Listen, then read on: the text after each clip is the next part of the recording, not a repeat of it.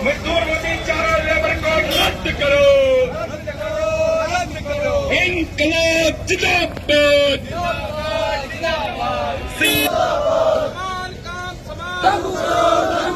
समान काम समान वेतन लागू करो, मोदी सरकार होश में आओ, न्यूनतम मजदूरी 26,000 लागू करो, समान काम समान वेतन देना होगा, समान काम समान वेतन बेचना बंद करो, अंबानी अंबानी की दलाल सरकार मुर्दाबाद, अंबानी अंबानी की दलाल सरकार मुर्दाबाद, मोदी राज हो बर्बाद, चारों शर्म कानून वापिस लो, चारों शर्म कानून वापिस लो,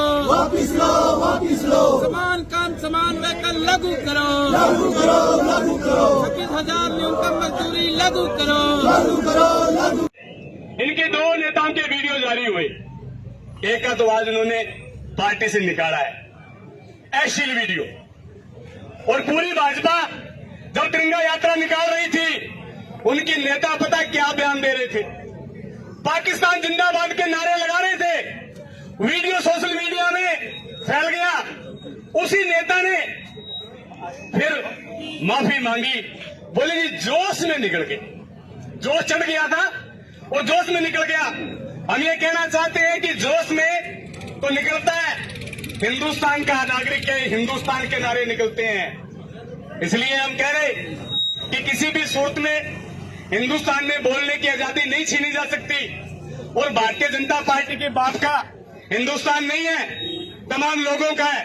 सोशल मीडिया का जमाना है, सवाल पूछे जाएंगे और आप कायरों की तरह भागो मत, उनके सवाल के जवाब दीजिए। मुकदमाबाजी से कुछ होने वाली नहीं है।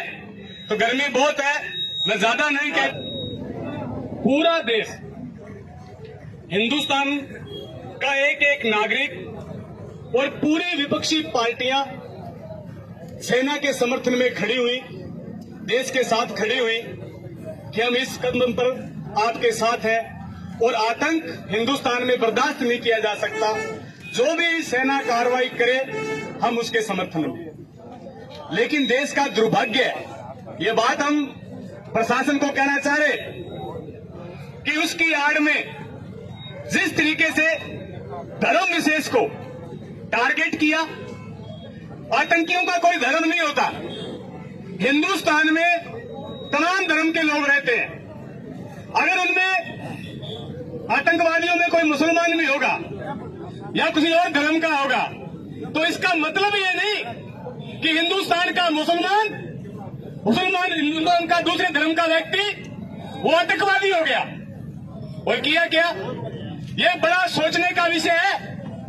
हिंदुस्तान में बोलने की आजादी छीनी जा रही। हम इसलिए कह रहे हैं कि पिछले दिनों कोला में अम्बिले कलेक्टर साहब को हमने बताया कि एक वीडियो जारी कर दिया और उनकी गिरफ्तारी हो गई। अभी कल हरियाणा में क्या किया, एक प्रोफेसर थे, उनके नाम के आगे खान लगा हुआ था, फौरन गिरफ्तारी हो गई।